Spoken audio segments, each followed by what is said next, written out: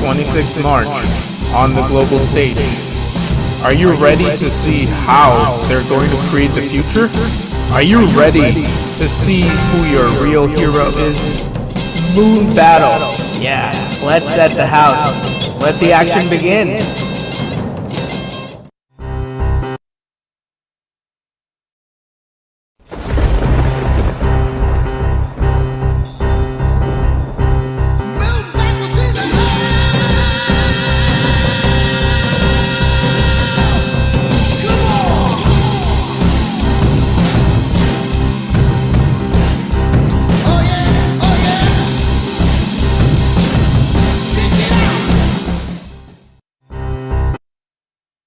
Hi all, we are thrilled to have you all join us for this unique event where a bunch of youngsters with bright, innovative minds will present their ideas for empowering our planet. Now, before we get started, I would like to inform you that this session is being recorded and is being live streamed on YouTube. Now, we warmly welcome our esteemed speakers, panelists, guests, and participants. Now, before we commence the session, a request to all the participants to please rename yourselves with your team name for easier identification. Also, I will be now inviting our co-founder and CEO, Alok Jain, at Moonpreneur to take this event forward.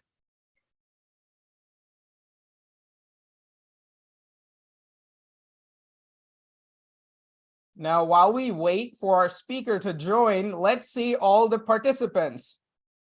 Let's get a wave back. All right. Please make sure that you rename yourselves to your team name. So add your team name before your name, all right? And now that we're just about ready to get started with the session, I would like to inform everybody again that this session is being recorded and is being live streamed on YouTube. Now, without further ado, I would now like to invite our CEO and co-founder of Moonpreneur, Alok Jain. Over to you, Alok. All right. Thanks, Mayor. So good morning, everyone, and whoever joined from the East Coast, good afternoon. So first of all, really like to congratulate all the 7 teams. It was a hard work for last many months, and to participate in the finale. It's a big deal. I think this is your first finale, and we all are super excited. I will also like to say a big thanks to all of our judges, Ken Burke, Dipanshu Ojha, Satyen, Harve, and Ritesh Gupta. Thanks a lot for taking your time and inspiring our kids here.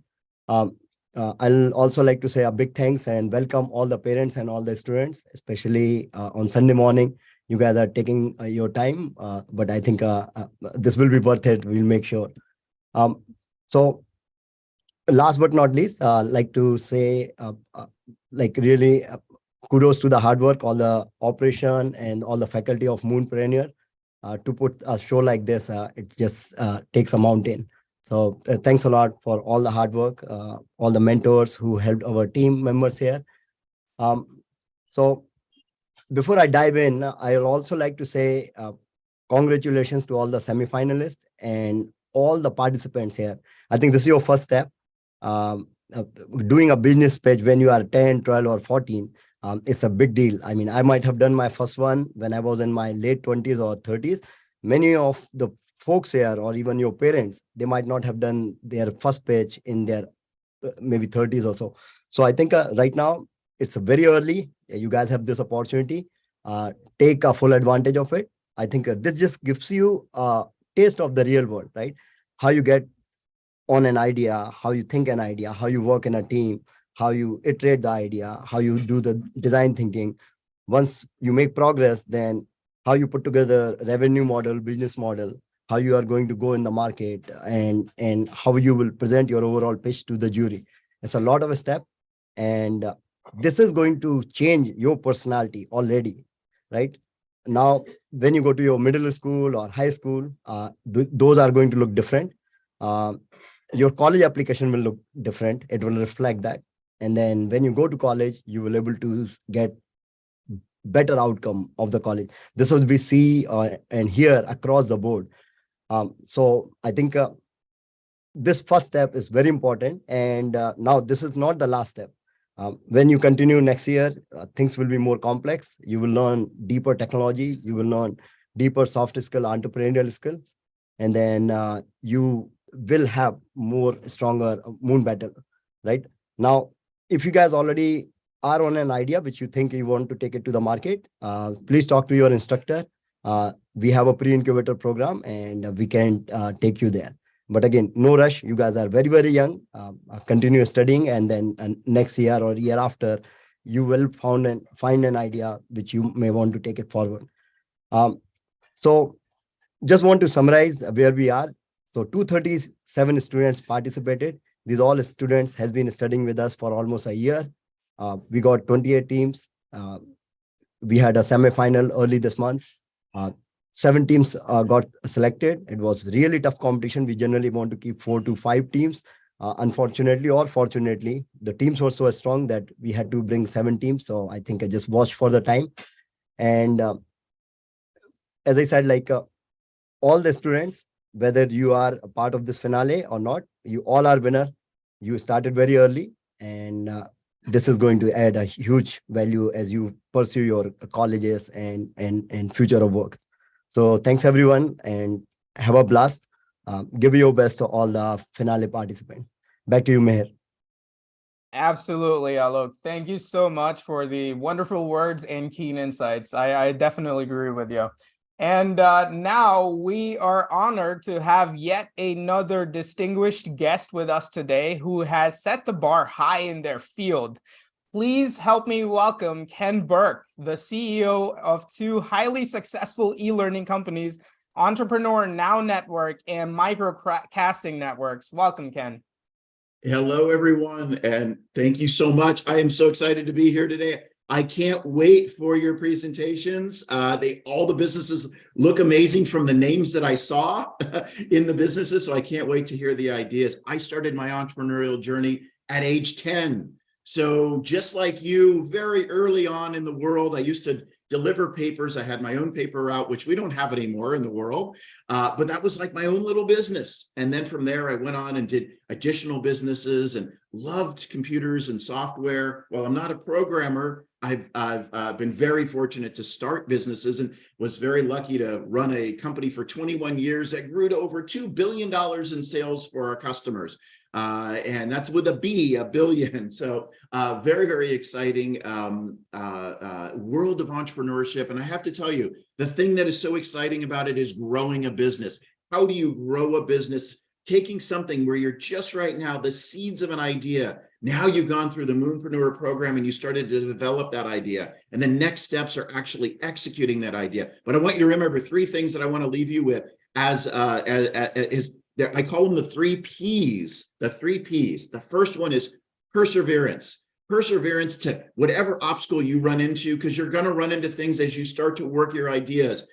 Whether they're these ideas or something in the first, you have to keep pushing forward. Great entrepreneurs don't give up. And I just want you to remember that. The next one is patience. You've got to be a little bit patient with your idea. Let people come to you. Let people get used to your idea. And then you start with 1 customer and 2 customers and 10 customers. And then all of a sudden you have 100 customers and then 1,000 customers and maybe even 10,000 customers. And the last one I want to end with, the 3rd P, and I know you all have it already, is passion. Passion is the secret sauce. It's the secret ingredient. Make sure that passion comes from you, how you speak to everybody about your business. You talk from your heart, you come up through your throat and out through your mouth, and everybody wants to hear what you have to say. That's going to get people excited about your business. That's why we're here today. Thank you so much, and I can't wait to learn all about what you guys are doing. Absolutely. Thank you so much, Ken, for your valuable input and expertise. The 3 Ps concept is brilliant, by the way. So today we have the pleasure of being joined by Deependra Ojha, the head of brand ads and analytics product management at Amazon.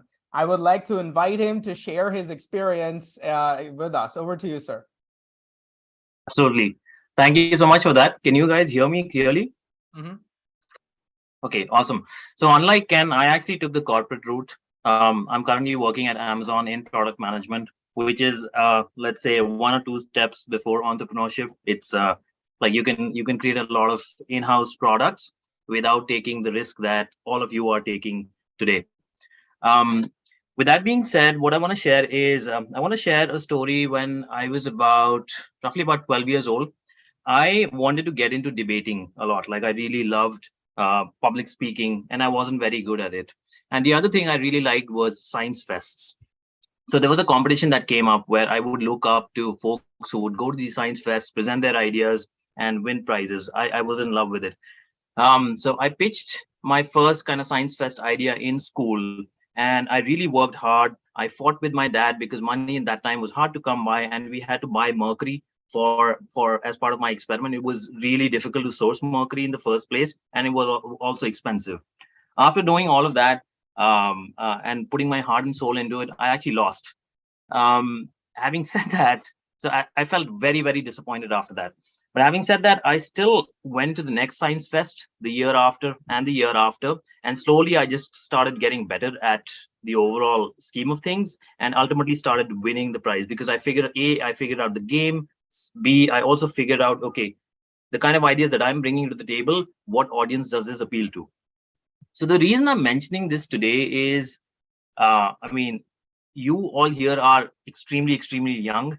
I have a 3-year-old who's younger than you. So you can kind of take a wild guess at my age. What I've realized in life is that be gracious about the opportunities that you're getting. Moonpreneur today is one such opportunity that's being provided to you. But at the same time, remember that if this current opportunity doesn't work out, there'll be a ton of opportunities that will come up in life later on. What you need to do, though, is to be successful is perseverance, as Ken talked about earlier. Like you need to be consistent. You need to keep going at it. You're definitely going to fail at some point of time, if not today, later on in life. But you just got to keep improving. Second is just have fun in the entire process. Like everything is not about winning or losing just that exact competition alone. As I said, there's going to be multiple opportunities in life. And the third thing is, if possible, try and take away the fear of failure. One of the big reasons we don't try or pitch ourselves is because we feel, okay, what's it going to be like if we lose? What's it going to be like if people kind of comment on that?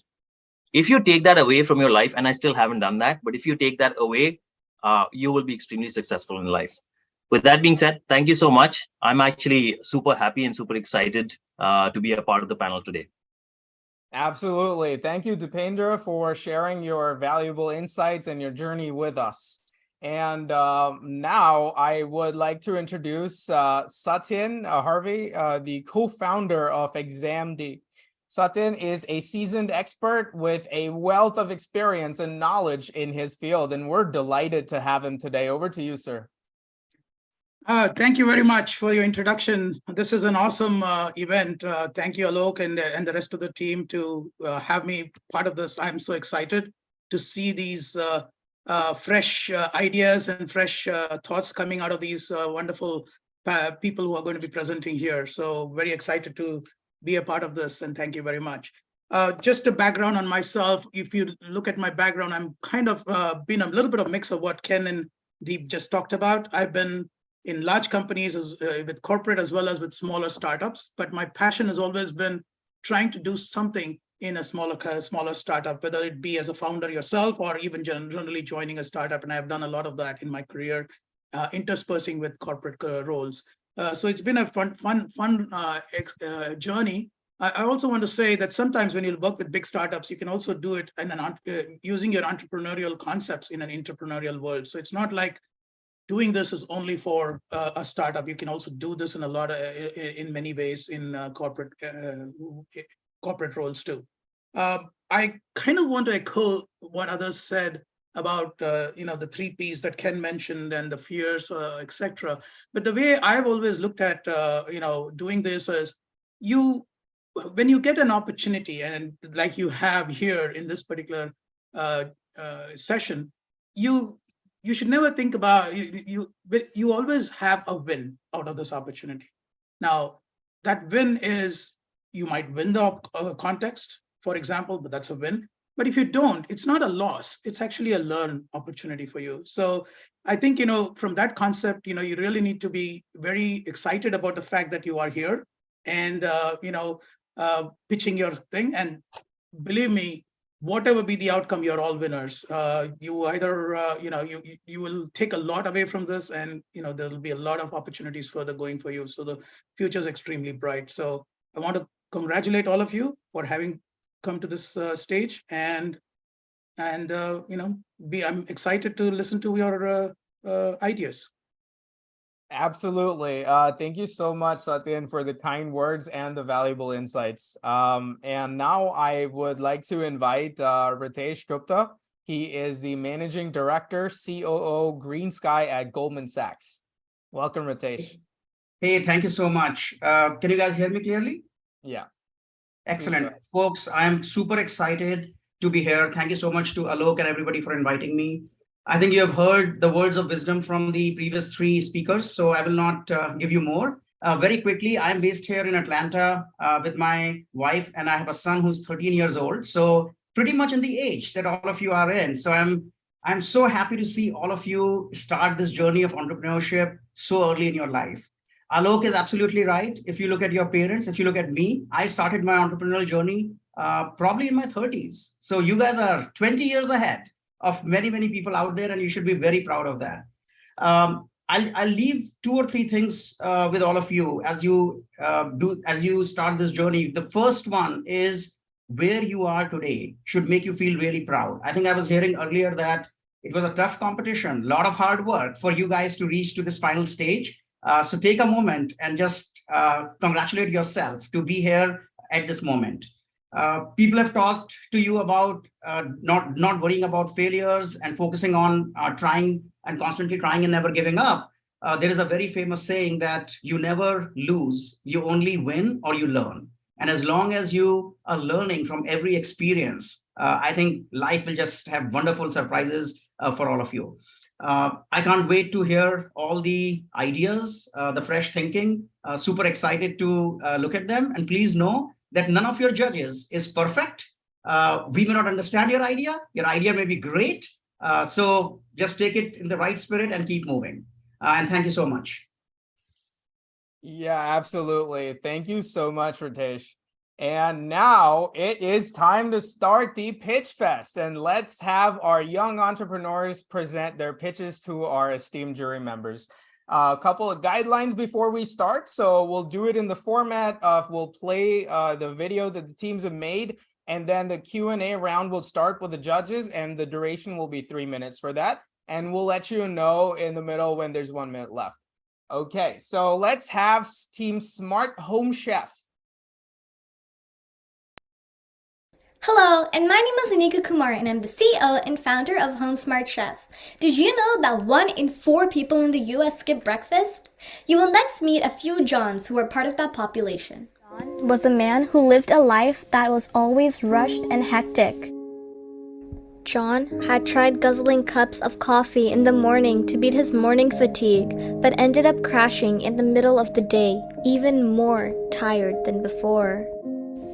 John knew he needed to make a change, but with his busy schedule, he couldn't seem to find the time. One day, while browsing the internet, John stumbled upon a product called Home Smart Chef. It was a blender that could make healthy smoothies on its own. The next day, John woke up to the sound of his Home Smart Chef blending a delicious and healthy smoothie. He was amazed at how easy it was to use and how quickly it made his breakfast. He drank his smoothie on the way to work and felt the energy coursing through his veins. At work, John was a complete different person. He was energized and ready to tackle the day. He was able to complete his work with ease and was even able to take on extra projects. His colleagues were impressed with his newfound energy and asked him what had changed. John told them about the Home Smart Chef and how it had revolutionized his morning. So guys, wasn't that completely amazing? Wasn't it so cool to see how John's life had completely transformed? Next, let's find out what Home Smart Chef is all about. So guys, as you can see, we are changing lives by ensuring that everyone is beginning their day with a healthy breakfast. And we do that by making sure All of the contents are kept fresh by a regulated temperature. What's best about our Home Smart Chef is that it reminds you on your phone via the app when your healthy smoothie is ready. Here are the unique features in our Home Smart Chef. First, there are 4 containers for up to 4 days of smoothies, which are all of your own choices. Second, the temperature is regulated for the freshest and the tastiest smoothies you've ever had. Third, there is minimal setup. Simply load the container's contents and you're done. And fourth, it's very easy to follow display, or you can also use the Home Smart Chef app on iOS or Android devices. And fifth, the containers are very simple to wash as they are dish washable. Here is the prototype. As you can see, there are 4 blenders on the machine and they are located on a swivel, just like a Lazy Susan. When it is time for the smoothie to be made, the swivel engages to the motor which is located in the front. When the smoothie is done, the swivel then disengages and becomes like a Lazy Susan again. When you press the button to open the front cover, simply pull and enjoy your smoothie.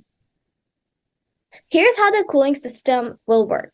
Our cooling system will work just like a fridge. The compressor will be behind the blender motor, and the cooling system will be on the back of the machine. The app is very simple to use. As you can see, these are going to be one of the screens shown. Let's say I'm a customer and I want a banana smoothie on Monday. What I'll do is I'll come to smoothie 1 and I'll write banana smoothie where the dots are. When I press save, I will come to this screen. Let's say I want my banana smoothie on July 4th, which is a Monday. I will click on Monday and I'll see this screen pop up. I will select smoothie number 1 as that is calculated to be the banana smoothie. Then I will select the time which I want it to be done by. Then I will press OK. And if I ever forget what smoothie is when, I can simply press the back button and I'll have all of the smoothies shown over here. Anika's dad, mom, and friend all think that it's a great idea. The market size will be 83 million people. I got this as 1 in 4 people skip breakfast in the US. Since the total population is 331 million, a fourth of that will be 83 million. My market value will be 3.2 billion as, like I mentioned, the total number of people who skip breakfast is 83 million, and times that by $195 and that'll become 16 billion. And since about 1 in 5 will buy, divide that by 5 and you'll get 3.2 billion. And here is the initial investment and setup. So the cost to make my functioning product will be $20,000. The cost of setting up Lee's assembly plant and initial component parts acquisition would be $50,000. And the cost of software/app development will be $25,000. And so the cost to make and sell my product. So the components cost, which includes the compressor, the motor, casing, and other, would be $70 approximate.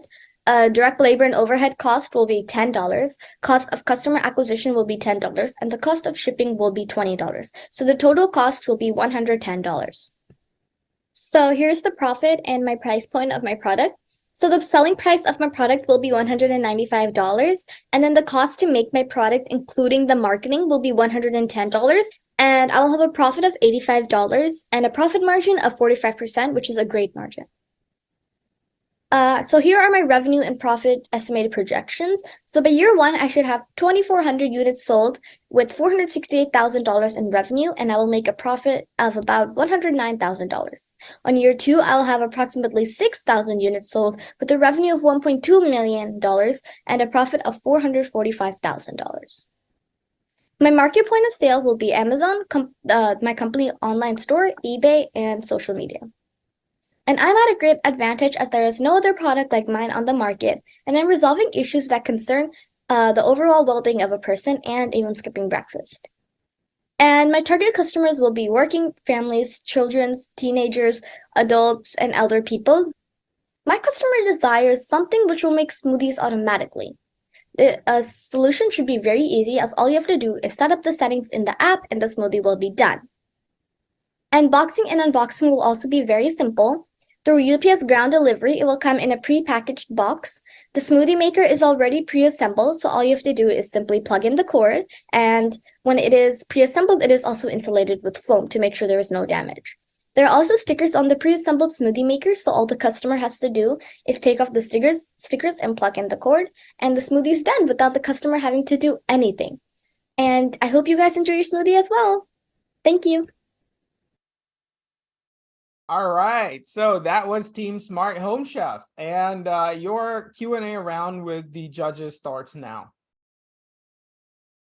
Wow, that was an amazing video. I have to say that's one of the best videos I've seen in years. And very, very well done. And the presentation was great. I just had to comment on it because it was like I was watching a Hollywood production of a commercial of some sort. So it was great. The only comment that I have, it's a great idea.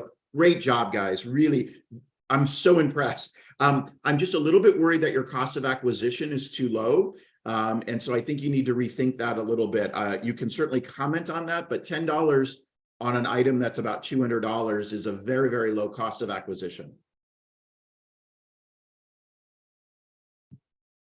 So I'm gonna be using Facebook. So I did some research and I found that the customer acquisition cost $10 is okay. And through the $10 for my cost of acquisition, since I'm spending $2,000 on marketing, when I divide those two, I'll have an estimated 200 units sold. So I think $10 is a pretty good estimate, but thank you for your feedback. I'll definitely look into that. Absolutely. Take another look at it. Yes. Thank you. Hey, Anika, really like the video and the idea, and I really applaud the problem that you're trying to solve, which is having people lead healthier lives. I had just one question. I could not understand how. So is the product coming with 4 smoothies, or how would people keep having smoothie for like several days? So basically what happens is when they get my product, they'll have 4 empty jars, and all the customer has to do is just around 10 minutes of their free time, they have to place the contents, like whatever contents they want in each of the smoothies, they place it into each of the jars. And then after that, they'll just keep the Home Smart Chef plugged in, and our Home Smart Chef is temperature regulated, so it will make sure to keep all of the contents fresh. And then what the customer will do after that is go onto the app and then say, for the first smoothie, what time I want my smoothie to be done by, and then they will press set. And then without the customer having to do anything, on the first day, the smoothie will start running because that's the time you set it. And so then the smoothie will be done, and the customer does not have to scramble in the morning to get all the ingredients for their breakfast. Got it. Thank you. First of all, great presentation, Anika, and awesome idea. I think it's a very important and very topical thing right now. But just to take that question from Ritesh a little bit. So is this Ken's thoughts also I echo. But just to take this question a little bit. So do you have a cooling system that actually is something that the person has to acquire, or? No, it's already part of it. And right over here, I actually have a model of my Home Smart Chef. So as you can see over here, there's a screen. And when you press Let's Begin, it will be the exact same layout as the app will be. And over here is my Home Smart Chef logo. And inside over here, the motor will be housed on the front. And then in the back, the compressor will be there. And the cooling system will be located on the back. And then when you push this button just like this, there will be the smoothies over here. And there's also a lazy Susan like this, so it can turn. And so when the customer wants their smoothie, they have to simply pull, and then they can enjoy their smoothie. And the smoothie, they will have like a cover on them, so it can prevent it from spilling. So they don't have to worry about the Please issue. continue. Yeah, you can finish. Yeah. They don't have to worry about the spilling issue or anything of that sort. And also in my actual product, it will be a little bit thinner and a little bit taller as well. And my product will really help many people, and it will make people's lives much, much, much easier. All right, thank you. That was Anika from Home Smart Chef. That was fantastic, Anika. Thank you so much for that presentation. And now let's see what the other team has in store for us. The next team is Clear Skies. My name is Sarah Benali, and I live in California Bay Area. I go to Walters Middle School, and I'm going solo in my team. My team name is El Solo. My product is the Clear Skies drone. As it flies through the air, it cleans it and collects data that allows it to work more efficiently and share info with data scientists. The idea for this product came when I was thinking about what problems are in the world and what could be done to help the situation. Pollution in the air is a big problem. It affects our atmosphere and leads to negative consequences like global warming. Therefore, it's important to work on and fix this problem before it becomes too big to handle. To fix this problem, we need something that clears the air, something that knows where the biggest carbon emissions happen and can automatically go there and help clear the air at its source. Something that can also collect data so we'd be able to tell if anything is improving or not. And importantly, something that would leave minimal, if any, of a carbon trace itself. The Clear Skies drone is that something. With the built-in air filter, it clears the air, and it also has a built-in sensor to collect data of what's in the air around it. Using this data, it can be sent to a system where data scientists could look at and use the data, and/or the drone can use the data itself. Its use of GPS plus the data itself allows it to automatically find a correlation between a place and where a lot of carbon emissions are coming from, or a lot of air in the pollution. And then it can set a track to go over to that area. And being a drone, it has the ability to not use gas as fuel, so it doesn't ironically leave a carbon trace of its own. To restate some of the basics of the Clear Skies drone, it collects data from the air, which can be sent to data scientists, or it can use the data itself. It operates on battery, allowing it to not use gas as fuel, keeping the carbon trace down, carbon emissions down. Using GPS and the data it collected, it finds a connection between a certain place and certain places and certain associations with data previously collected. It has the ability to automatically do stuff by itself, decided on what it's calculated to have the best outcome. Like as previously mentioned with the correlations it makes between certain data and areas, it can set a track itself to cover a certain area. However, there are options to control the drone by hand, if you don't want it automatic. To add on, since it can run by itself, meaning plenty of these can be in the sky without being manually controlled, unless one wants to, all that needs to be required is supervision at the most.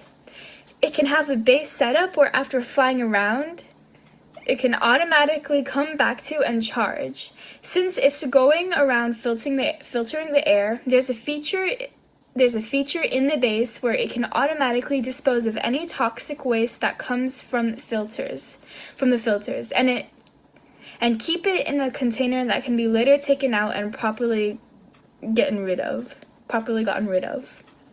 There's also an application to easily access all the information and data it's collected, past and live, presenting it neatly and allowing it to be organized in numerous ways. In the app where it shows the data collected, you can separately find the data that was collected by each drone and the path they took in the sky by detail, or the summary of each drone's data collected. And if there are multiple drones set up in a system, all that information can be funneled up into one nice and neat presentation for you to see on the app. Here are some visuals of the product. As it's flying, it can easily reach places and filter the air. It moves automatically and clears the air automatically. It collects data as it filters, and all that data is sent to an application that records it live. In the app, it neatly displays the data, just a general idea of what it would look like here and what features it would contain. You can see here the system is mentioned earlier, where multiple drones are grouped up. Right now it would be showing one drone statistics, the statistics shown over here. And to the right we have a map and a graph. The map visually displays all the data that was collected and adds it up to see which places have a lot of pollution in the air. The more orange, the more intense. Of course, coal power plants in cities would have more over forests, though the map can be zoomed in a little closer, for more specified results, or if the drones have a far enough reach, they can zoom a little farther out. What the map shows can be filtered to specific drones or a specific time that all the data was recorded. The app is meant to give a helpful outlook on the data, see where needs improvement and what progress is being done. People, specifically companies working towards helping the environment, should get this product because it does help the world. Making the air cleaner is making our atmosphere livable. This is an important product aiding the cause, both helping the situation with its cleaning power and sending lots more information that show every little detail of the picture, and that can be used to see what next needs to be done. Thank you. All right, so that was Team Clear Skies. Let's start your Q&A. I had a couple of questions. So first of all, in terms of clarification, who's meant to use this product? Is it the average person like me and I collect the data and I send it to someone, or is it the environmental specialists?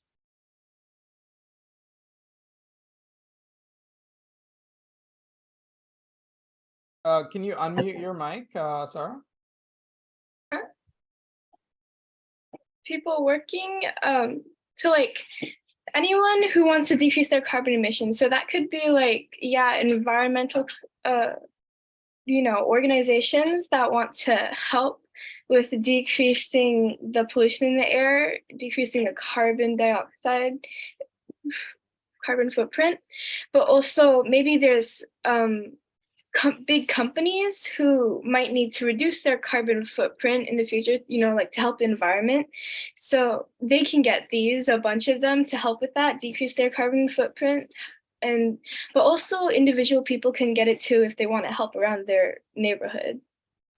What's the cost of the product? I'm just curious of what the cost is, how much it costs for you to manufacture, and what would you sell it for?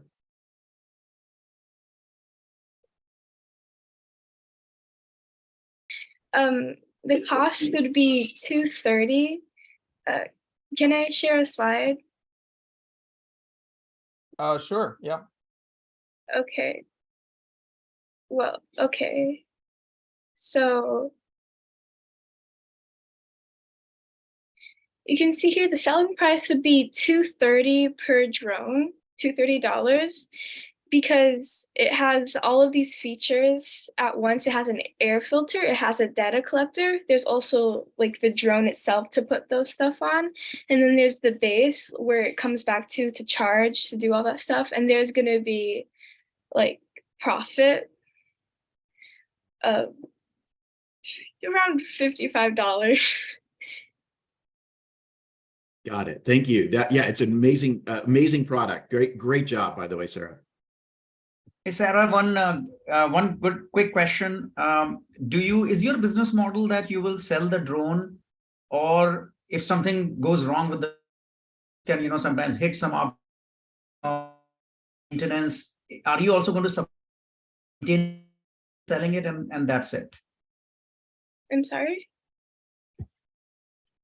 The drone, when you sell it to somebody, if something goes wrong with the drone, is your company also going to help the customer maintain the drone and correct it, repair it, or you're just selling it and that's all? Yeah, it could come back to us to repair it because we'd have. Yeah. Okay, 1 minute all right. left. Please continue. I'll just say it's a very topical thing, very relevant. The idea is great. All right, thank you. Thank you. That was Team Clear Skies. Sarah, that was a fantastic presentation. And now let us go ahead and bring on Team Shark. Hello everybody, my name is Arnav Bharadwaja.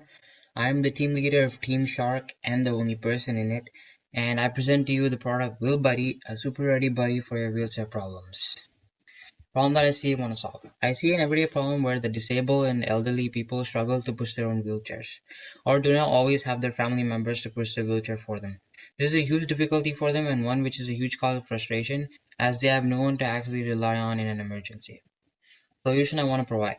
I want to provide a solution for them that will allow them to have a buddy that will help the customers with their needs. Wheel Buddy will be an easy way for them to achieve this without having to resort to higher cost automatic wheelchairs. It is also user-friendly and detachable, therefore it can be used by anyone who can read a manual. Since the product only needs to be charged to move all by itself, the customer now no longer has to push the wheelchair by themselves. or rely upon their guardians to push it also. This will make it significantly less harder for them to move around anywhere, and they don't have to rely upon someone else every time they have to go somewhere. Testimonials of my product or idea. First testimonial came from my friend Soham Dogra. He says the product is very good and love the idea, would recommend to everyone. The second one came from my friendly neighborhood old man. He says, I love the way the child has thought up the idea. I would certainly love to see it be a reality.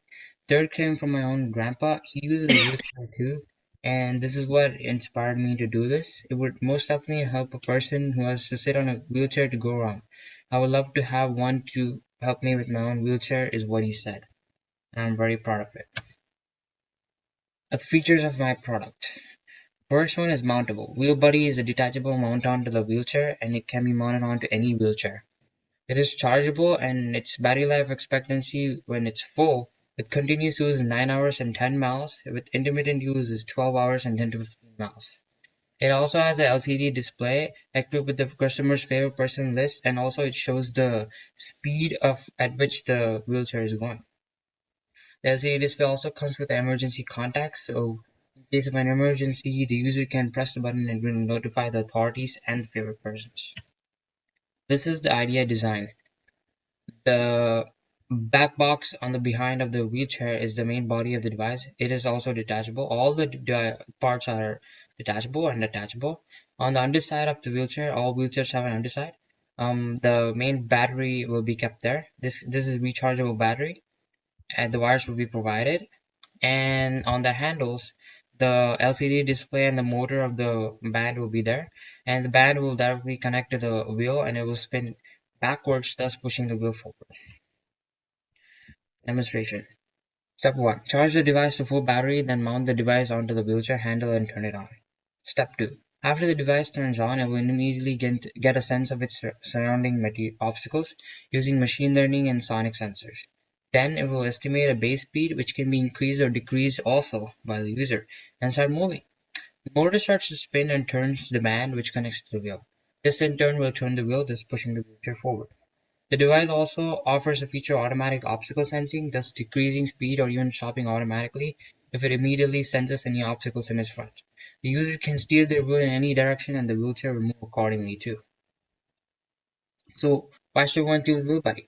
It is also cost effective, coming somewhere around $1,000, which is way more affordable than an automatic or a semi-automatic wheelchair, which sit at a price of for $1,500 or $8,000, which is a lot. It is attachable and detachable, thus it can fit on almost any wheelchair, and all one has to do is just follow the manual to set it up. It is very user-friendly and has automatic braking and obstacle sensing. It also has speed variation to let the user control the speed, and will not hinder the user from changing direction safely. It has an emergency and favorite person contact, so that the user can contact their close people in case of an emergency. Overall, it is a very helpful product intended for problem solving rather than for profit. Market value. Automatic wheelchair global market size is $4.78 billion in 2023 at a compound annual growth rate of 13.7%. But the entire global wheelchair market size is around $7.79 billion in 2023 with a growth rate of 9.97%. So the entire global market is around 1% of the population, or 65 million people who have a daily need for a wheelchair. My main target is North America, which has around 3.3 million people who use a wheelchair, with an estimate of 1.9 million being about 65 years old and older, and 100K being veterans. Market opportunity. The product will be sold at a price of around $1,000. However, this may change upon various situations. The product price is directly proportional to family income, capped at $1,000. This may make the price affordable for poorer people. The less income they have, the less the price decreases. Depending on the area being sold, the wheelchair market cap determines labor costs and profits, thus increasing or decreasing the price range by around $300 to $500. So if the people come from a very poor area and they desperately need the wheelchair would be only $500 or so for them. Government policies might also affect the prices. Market point of sale. There are various places one might access our solutions. Typically, they include hospitals where there are prescribed wheelchairs, government welfare associations or physical disabilities helping NGOs, Amazon.com or any other commercial website, any physical marketplace where wheelchairs are sold, typically near the cities. The feasibility of all accessing our products will be made to be very easy.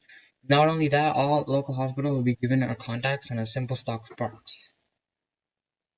Referring to slide 12 and 17, global market size around $7.79 billion.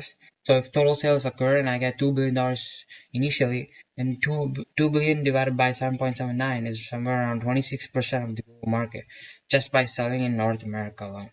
However, if minimum sales occur that is lowest MRP times total target, then I'll get around 500 hours times 2 million, which is 1 billion. Thus giving me a share of 13% in the global market.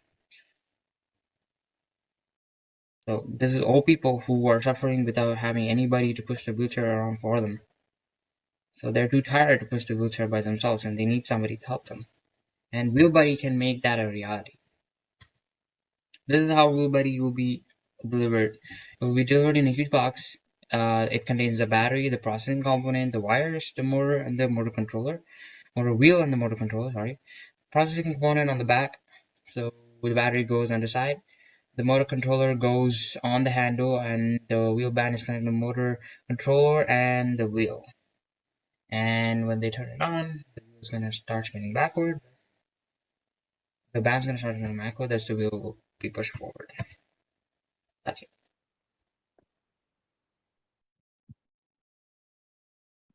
All right. Wow. Yeah. I have to jump in and say that this is really inspiring. Really inspiring. I really applaud the empathy that you have shown around this problem, that real problem that people face. And I really liked how you're trying to bring down the cost of something that many folks in this situation would want to minimize. So great job on that. Really, really good idea. One quick question: how easy or difficult is it to assemble the different parts that you're sending to the users? Could you talk a little bit about that?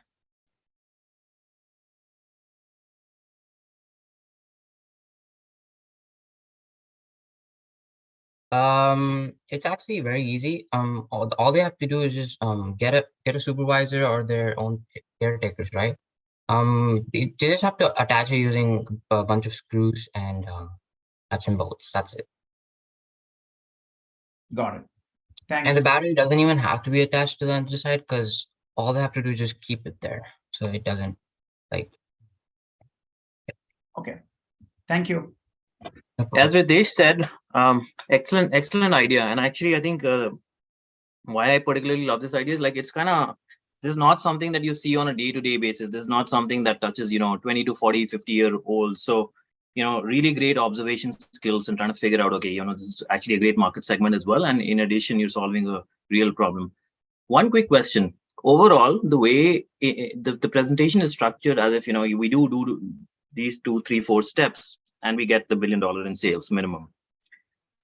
Let's say you were able to assemble the product perfectly. What, according to you, is your biggest barrier to success? What would stop you from achieving that 26% share in North America or that $1 billion in sales?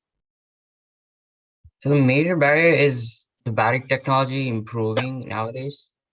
If the automatic wheelchairs get really, really good at efficiently using their batteries, then that would be a huge blow to my product because everybody would just buy an automatic wheelchair and then be done with it. Secondly, if they don't have their own caretakers, that would be hard too because, the physically challenged people can't assemble the product by themselves. So that's one thing. But then I could provide caretakers for them just to assemble that and then go back. But that would be one of the solutions for that. But the main barrier is just the automatic wheelchairs getting really good. 1 minute left. Yeah, I'll just add one great idea, great relevance to what's going on today. I'm sure there's a lot of ideation and innovation that you need to do, but to what Deep and Ritesh have already talked about. But one of the things I will only say is that this is a sweet spot because the aging population is what's growing right now, and there's a tremendous amount of people who will be requiring things like these going forward. More and more people are getting old, and they'll require these kind of service, these kind of capabilities. Thank you. Great, great idea as well. I'll just add my 2 cents in. I applaud you for doing this. And I think one of the things you may want to look at, I think actually this product could be sold mainly direct and on Amazon, because that's how these kind of third-party add-ons can be sold. So you have a market that's very easily accessible. I wouldn't worry too much about the assembly as much, because everybody has somebody around, a son or a daughter or what have you. And then the last thing I would say is you need to figure out a way to work with the insurance companies and or the government, which is never easy, but that's going to be the key. If your product can be covered by insurance in some way or Medicare, or as an example, then it's a home run, because everybody's going to want it. It's a convenience factor. Yeah, I don't have any questions. I just think it's great. Thank you. That was a good point. I'll keep that in mind. All right, time's up. Yeah, that was fantastic. Team Shark, everyone. That was very good. All right, so for the next team, we have Team Trackery. Let's see their presentation.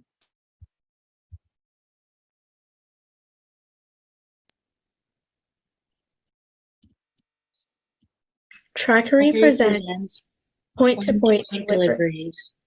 This is the amazing team Trackery. We strive to help deliverers deliver packages to the correct location and to help our customers achieve 100% satisfaction. Hello, everyone. My name is Sanvi Vajpayee. My role in the team is CEO. I'm a 12-year-old living in Dallas, Texas. I can't wait to make the lives of deliverers easier and the processes of receiving packages more hassle-free with our amazing app, Point-to-Point Deliveries. Hello, everyone. My name is Charlie Gunda, and I'm the CFO of the company. I'm 14 years old, and I'm currently living in Dallas, Texas. I'm so excited to make deliverers' jobs way more efficient. Why did we choose this? So we chose this based off of personal experience. So one time, I was getting a package from a different country, and when I was entering the USA, the package delivered at the wrong address. So we finally got the receiver to contact us, and the package that was supposed to come in 1 month, was supposed to come in 1 week, came in 1 month instead. Another one of my personal experiences is I used to live in an apartment, and it was a bit complex to be able to navigate through it. Deliverers messed up basic deliveries such as groceries, and I literally had to go around the apartment with my family to be able to find the missing packages. It's just so frustrating, right? So if the deliverer just got more information of where exactly to deliver the package, there would be no such confusion. So let's dive a little deeper into the problem that we solve. Every year, around 1.7 million packages don't show up to their owner. A huge part of this problem is that delivery men and women are not clearly informed where to deliver the packages. We wanted to make sure that there is something that they could rely on to help them get their packages to the correct location. And that's where point-to-point deliveries comes in. So what exactly is our solution to this frustrating problem? We decided to create an app which would take the user's location, guide the deliverer to the correct destination, and help the customer receive their package on time, and also help the deliverer save time from being confused. Whose job do we make easier? We help 2 different aspects. We help the apartments and communities because they no longer have to deal with frustrated people or keep spaces for packages. We also help the deliverers because they can deliver their packages on time and in the right location. So what are some of the innovative features in our app? So our app is really easy to follow along, and it also comes in with a built-in voice assistant. This voice assistant also allows the customer to change languages and can also help the visually impaired by reading the screen out loud. And there's multitudes of communities to choose from, and not just one community. And maps, but these maps will also be manually added by the apartment/community to reduce security concerns. And the company's mapping services can always be accessed inside our app just in case the deliverer needs it. So here's a deeper look in our features. So in the first picture, you can see that the community is not just well drawn, but also deeper, and it's not just a simple picture. And in picture 2, you can see that there's multiple communities in one city and not just one community in one city. Picture 3, you can see that there's a voice assistant for the deliverer and also for the consumer. And the last one is showing how the company's mapping services can be accessed inside our app. Here's an app demonstration through the eyes of the deliverers. In step 1, they enter their username and password. In step 2, the deliverer types in the name of the community or they track their location. In step 3, they can manually type in the building number or they can scan the package because every package usually includes a sticker with the building number on it. And then in step 4, our amazing voice assistant guides you to the correct destination. Now here's the app demonstration through the perspective of the apartments and communities. In step 1, the apartment or community logs in with their username, password, or maybe even Amazon account. In step 2, the community representative goes ahead and enters their map because that is one of the vital information that we need to be able to code our app. Then step 3, the community representative always has the option to be able to check their status. So let's dive into our TAM, SAM, and SOM. So our total addressable market is 13.5 million people. Our serviceable available market is 11.4 million people. And our serviceable obtainable market is 8.7 million people. But please keep in mind that we're only taking into account the population of Texas, just because we want to start small and then go big. These are the testimonials that we got from our friends and family.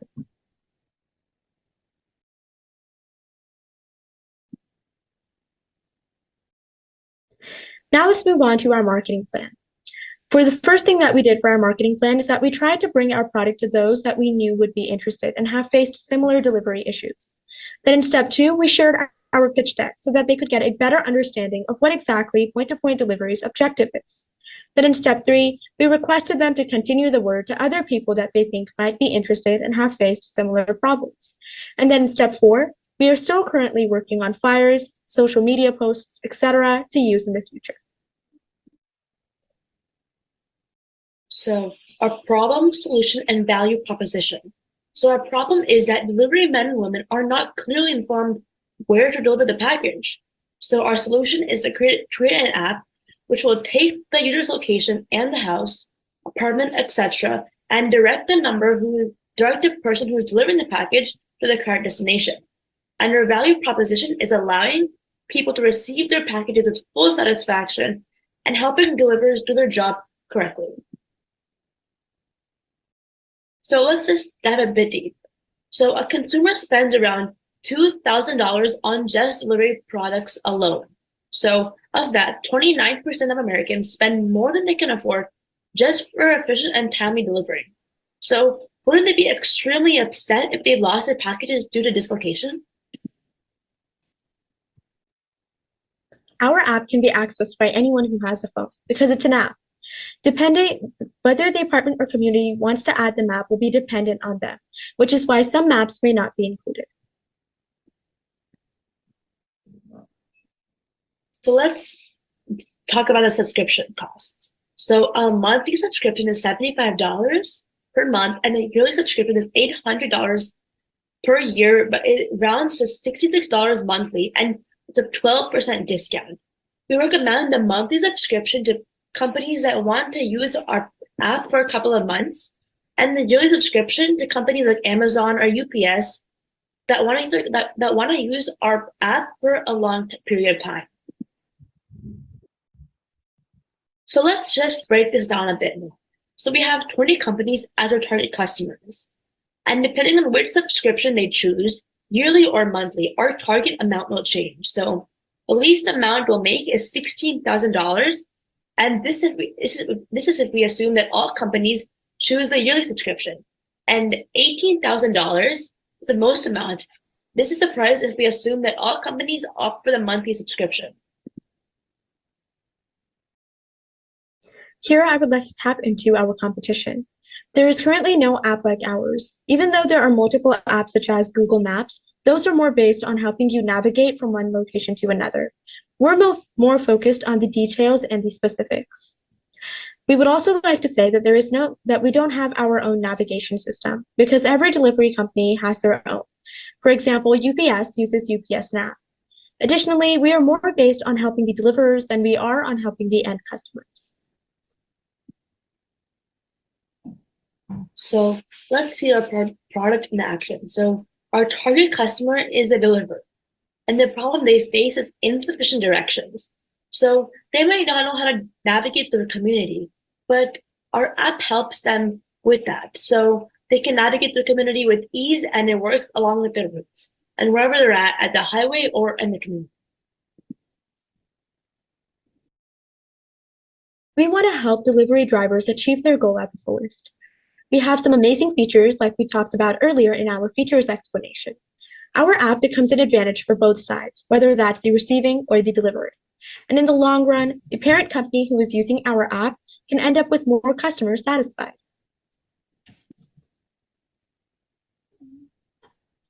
Thank you for listening.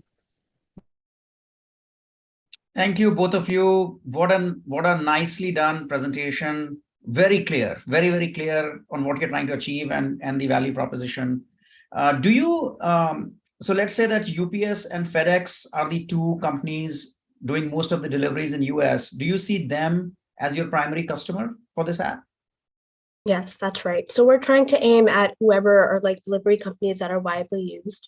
So if UPS and FedEx are two of them, then yes, definitely. And then we would also want to reach out to like Amazon and other delivery companies as well. And I did not understand fully the math, but I'm assuming that if you're going to use UPS and FedEx, you will charge them much more than what I saw on the slide. Yeah, so it all okay, so it all depends on like like how much they'll use our product. So let's say they want to range out their our app to multiple states around the country. So you'll charge more depending on how much they actually utilize our app. If it's only in Texas or only in Oklahoma, then maybe you'll charge a little less. But if you're going around to 25 states around the United States, that's a lot of like, we have to put a lot of time and effort into getting the maps. So we'll charge a lot more on that. Got it. Thank you.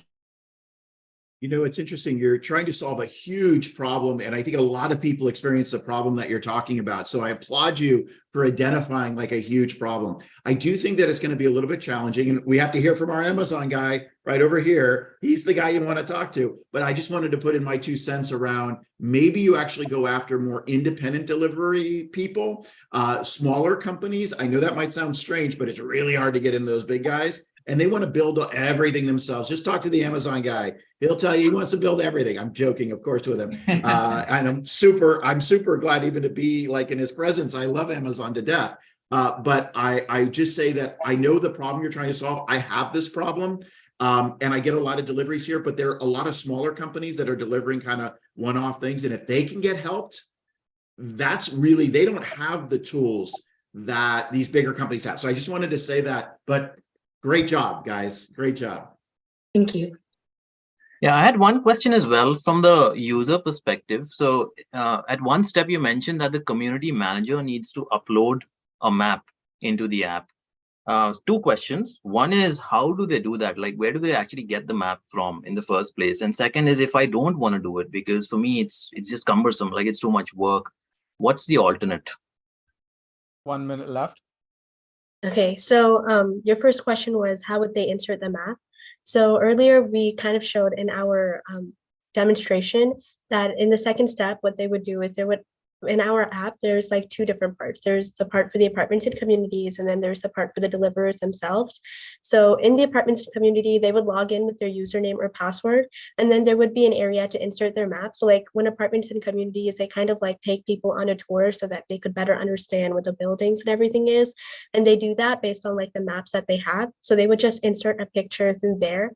And what we're trying to do with our app is to be able to read the map and give like our code instructions on how to be able to navigate through that picture.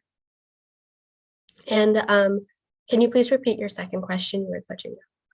Second is, like, if it's too complicated for me, I don't want to do it. It takes away 20 minutes of my life and I don't want to do it. Is there an alternate option? So an alternate option for like adding the map?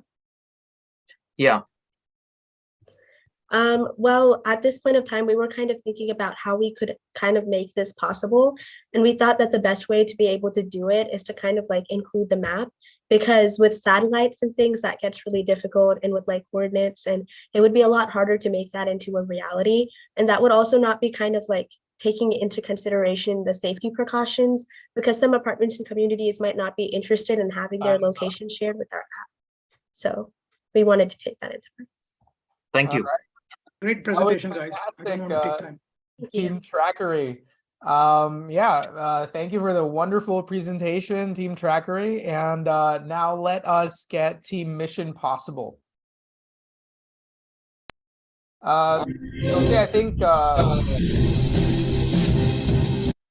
I think Mission Possible would like to share their deck themselves. Let's see if they have it. Else we can share it.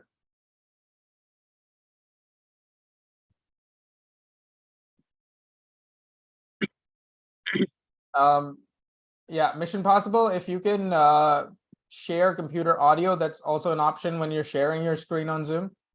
Otherwise, we won't be able to get any audio.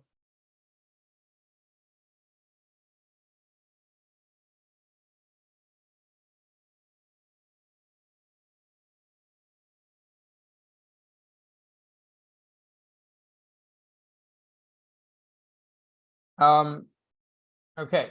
Team Mission Possible. If you can, like, your video is muted. If you can play and check if we can hear the audio or not.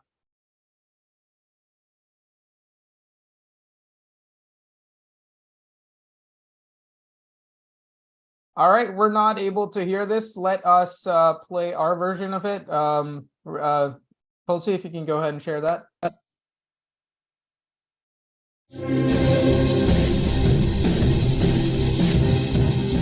Hello and welcome.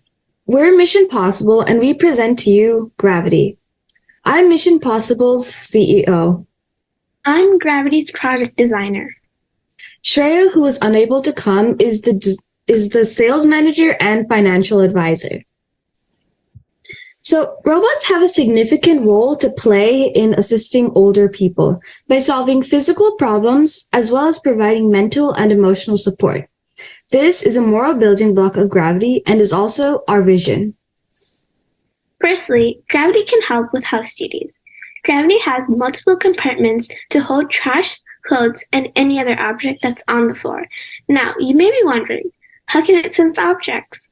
Well, Gravity is apt with multiple sensors on all its sides, which can detect anything from a 10-feet range. With this, I'll pass it on to Abhya. Hi, I'm going to be talking about Gravity's security feature. Gravity can detect anything like objects and people. This security feature cannot work without an app to set guidelines. So let me give you a quick intro on the Gravity app. The Gravity app will be connected directly to your personal bot. If Gravity senses something abnormal, it will immediately send a notification to the owner's phone. With that, the owner can assess the situation by requesting assistance like the police or a hospital, or it can deny any action. With that, I conclude Gravity's feature of security. Here is Gravity. It'll be equipped with a medium-sized LCD screen, multiple heat and proximity sensors, 2 servo-electric grippers, 2 grousers, which are wheels, and so forth. Here are some side features. Gravity doesn't need Wi-Fi, it's waterproof, and it's easy to use. The big concept is that Gravity will live to help golden agers. Our customer process is easy. First, order your Gravity, then wait for a month or 2 for it to be finished manufacturing. After, it'll be delivered and you can let it do its job. Gravity will cost $950. Here's why. The material we'll be using is called BiBlock. This material saves 50% in material and labor cost expenses and produces 41% fewer greenhouse gas emissions. It doesn't crack or crumble like materials used to make robots. Bifusion created this product for it to be environment friendly. and they are used entirely from repurposed and often unrecyclable plastic waste. For the manufacturing part, we're going to be using Kicker Design, which manufactures anything for a comparatively low cost at $500. Our selling price is $1,200. We are targeting to sell around 30 robots each year, earning a revenue of $48,000 approximately. We are planning to invest $500 in advertisements. If we successfully sell our target amount of gravities, we will be able to achieve the break-even point in 1.5 years. We are planning to get investments majorly from the crowdfunding model and angel investors. To sum it up, the problem we saw was that elderly people don't have the technology to help them with chores and security. Gravity can help these elderly people with housework and security. Gravity can send daily security checks to the user's phone using the Gravity app. It can also sweep, dust, and clean. Our robot, Gravity, can change so many lives for the better. With this robot, elderly people can feel safe and secure. Gravity is changing lives one robot at a time. Thank you for listening to Mission Possible.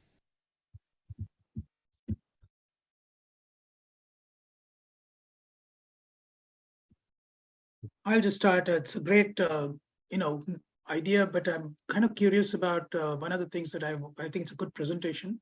How does it, you mentioned about elderly, and I think that's a very targeted population, but the actual use of that elderly is something that I probably would say I probably didn't get it. Maybe others did. How does that actually work, these sensors? The sensors, they detect things from their ranges, and if something hits within that range, then it'll alert the app, the Gravity app. Okay. I actually wanted to say that the cost is $1,500, which was included in the edited video, but we couldn't get that through. So in terms of the use case, so as an elderly, what do I use it for? Like if my clothes are lying around here and there, it can pick it up. And I heard dusting. So it's like a personal assistant which helps organize my house and my life. Is that the biggest use case?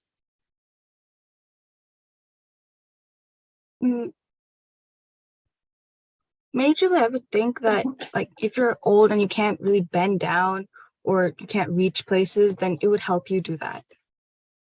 Got it. Okay. Sounds good. And you said the cost price is $1,500. Yeah, we forgot to send the video.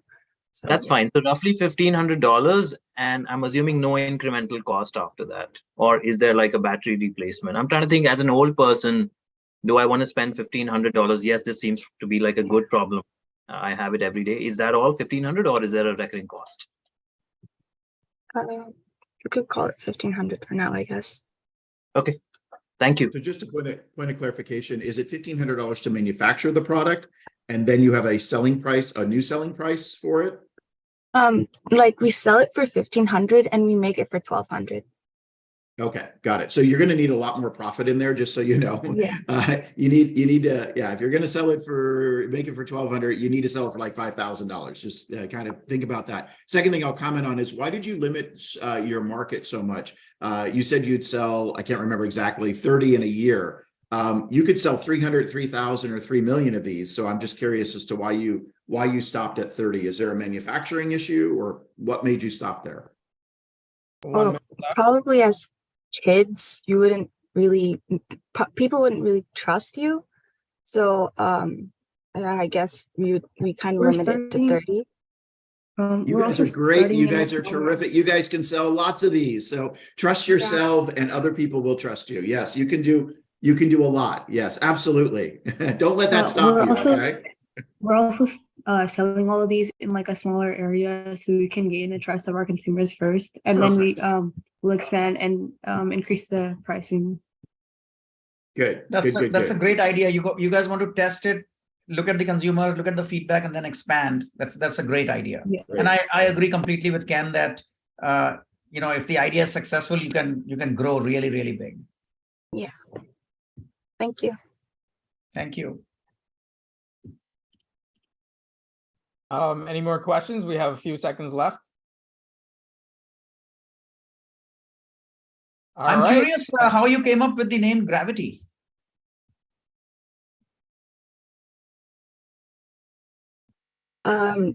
We were trying to decide on a name. Okay, yeah, Shreya knows this one actually. Yeah, so during that time when we were making the name, Adia asked us what our favorite TV show at the time was, and I could only think of one of them called Gravity Falls. So then we just decided on the name called Gravity. All right, that's time. Thank you, Team Mission Possible. That was a fantastic presentation. And now let's welcome Team Palpate.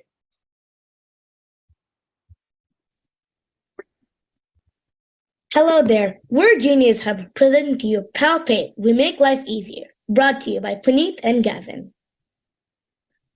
The problem that we see and want to solve is that it is tough for disabled people to move independently. There is non-essential distraction while driving. Finding and locating the TV remote to control the TV is cumbersome. There's slow and complex computer interaction, which is a frustration and hassle for everybody. So we solve this. Interact and control electronic devices or applications without physical interaction. The solution which we want to provide is a gesture-based computer interaction. It is camera-based, so the user will install software for the camera to input into the system, and then the hand gesture output will be produced. We will also ship out an IR sensor backup in case that doesn't work. We make life easy and safe. It'll help by making it easier to use devices and will make the actions required to do something on a device more new design, modern, and short. It'll also help lay the foundation for a technological revolution. The innovation which we have designed is a machine learning-based dynamic hand gesture interaction. Current hand gestures are static, meaning that they have a fixed amount of inputted hand gestures in which that they can produce. And they also use hand gloves, pens, markers to gesture. Our solution is without any of those additional devices and is adaptive. It learns new gestures and commands devices efficiently. Some of our features include sensing motion through camera and following as soon as a command is received, taking zero time to produce the hand command onto the screen, having the customization to add your own hand commands, and enabling you to control similar devices with the same hand gesture commands. Now, if you want to download this, you can go to our downloading website, install the provided package supported for your device, follow the further customization and feature instructions, then lock your commands and spread the same hand gestures across other supported devices. Now, here are a couple of our testimonials from Shashank, Joe, and the San Francisco Chronicle. Shashank says that it is a very useful product and that it definitely impacts him in a positive way when it comes to his everyday life. The same thing is also for Joe, where he says that it is totally reliable and he loves it. Then we come to constructive criticism from San Francisco Chronicle, which we are hoping to capitalize on. Here is our SWOT analysis. As you can see, the strengths outnumber the weaknesses, and the opportunities and threats are things that we can capitalize on. The TAM, SAM, and SOM. Our TAM is $7 billion with a CAGR of 49%. Our SAM is the computer gesture recognition industry, which is $3.5 billion with a CAGR of 19.1%. And our SOM is the NA share, North American share, $1.8 billion industry. Here's our business model. As you can see from these graphs, the business is booming as our monthly revenue is skyrocketing, and so is our number of customers based off of our plans. We have 5 competitors whose total 2022 revenue were $400 million. There will be $1.2 billion. There will be $1.2 billion at risk without a solution. Now, here are all of our plans: free trial, individual, and enterprise. Free trial is 3 weeks of free usage. Individual is $25 a month or $250 a year. And enterprise is 5 users, 10 users, and 50 users pack. Now, if you want to directly buy our product, you can go to our buying site. If you also want to buy another way, you can go to Amazon or to our retailers, which are Best Buy, Target, Walmart, Costco, and CWD. Now, Palpate is the industry's first dynamic machine learning-based hand gest technology without any additional device like hand gloves, pens, markers. Adding on to that, our potential market share for the year 2023 is 6%. Our potential growth rate for 2023 is 6%, 24 is 10%, 25 is 22%, 26 is 31%. Now, it is tough to operate for people wanting to go for motion on a wheelchair. There's slow, inaccurate, and cumbersome computer interaction, and there's distracted and unsafe driving, which will lead to accidents. Here are a couple of the people that we surveyed and what they said. Here's our hand gesture control system, and here are the hands-free devices which we will provide once found success.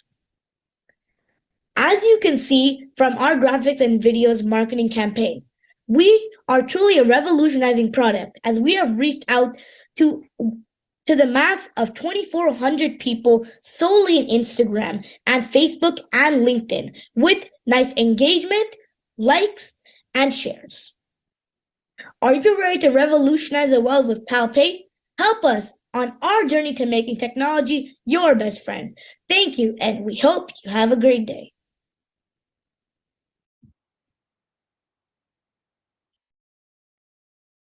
Thank you, Puneet. I loved your passion. I think we all had talked about passion and energy when we started this conversation today. And I think Ken would agree. A lot of passion coming through. That was amazing. Yes, that was where do you guys come from? This is like, you guys are all super kids. All of you, everybody that we've heard today have been amazing. I'm shocked by the quality and wonderful ideas that you guys have. Thank you. So tell us about you said that there are many uses for this Palpate technology. Tell us your favorite use that you feel would be most popular. Yes, so since our target customers include disabled people, the average person using computer interaction, and also expanding towards car infotainment interaction, I would say that the best bet for now, and my favorite, would be using computer interaction hand gestures, because many people face problems with that, and just in order to increase the volume for something, most people would feel lazy to do that. But although we haven't yet completely thought about a favorite, I can tell you this: we will expand to further devices and machines such as TVs and thermostats. So once we expand, most customers would probably love the TV hand gestures accessibility, because you don't have to look for the remote, or you can just control everything just by raising your hand or lowering it or doing any other motion. Got it. Thank you. Can I just ask real quick on a privacy issue around, is it actually filming you? What is the camera watching you? Because if I'm watching TV, I don't necessarily want a camera looking back at me. So I'm wondering, is it just looking at the hand gestures? How is it working in that regard? Yeah, so what our camera has, we've actually inputted a sensor inside of that. It's called the IR sensor. So how that sensor works is that only when there is motion that we've coded it to be in the software, for example, the machine learning sees that the hand is moving, the computer vision, only then will it produce an output. So it will not interfere with your daily life or any conversations. It won't have a privacy issue because everything is coded to only see the hand. Got it. Thank you. That was very good. 1 minute left. I think it's a great idea. Great idea that you guys have come up with. I mean, I'm so amazed, as Ken said, most all the ideas that are coming up, so relevant, so topical, so much in need today. I think it's very good. And to your point, it's a lot of us do face this problem as we get older with the remotes and other things that you mentioned. So the use case is definitely there. Just one one smaller thing. What was it? Maybe you can talk about your name of the company. How did that come around? Yeah, so I have no idea. So I joined like a little bit later, and Puneet and my teammates figured out. So you go, Puneet. Yeah. So the word palpate is actually a medical term. And what palpate means is to feeling with the fingers and hands in order to communicate and interact with something. So it is a kind of a bit of an oxymoron if you think about it. It's kind of, most people would keep their name in something relating to it, but ours is opposite of that. So we don't want to feel anything. It's all just detection with the hand movements. All right, time's up. That was fantastic, Team Palpate. Let's give them a hand. Very good presentation. And now let's welcome Team Try Helpers.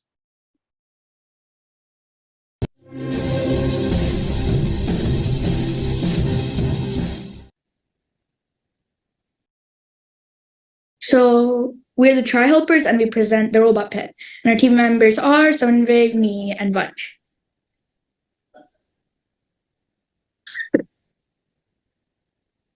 The problem we see and want to solve is that 36% of all Americans feel serious loneliness. Our robot could help them feel less lonely. This especially can help if a person is scared or allergic to pets. Our solution is making a robot that functions as a pet or a companion. Using many sensors that will help lonely people and make them happy. It will have a built-in microphone so that it can socialize with the lonely person. And also have a speaker. The same reason. The idea which we want to help is that people who are lonely may become depressed if not attended to. With the robot pet, the people who are dealing with loneliness will be able to socialize with it, which will reduce loneliness.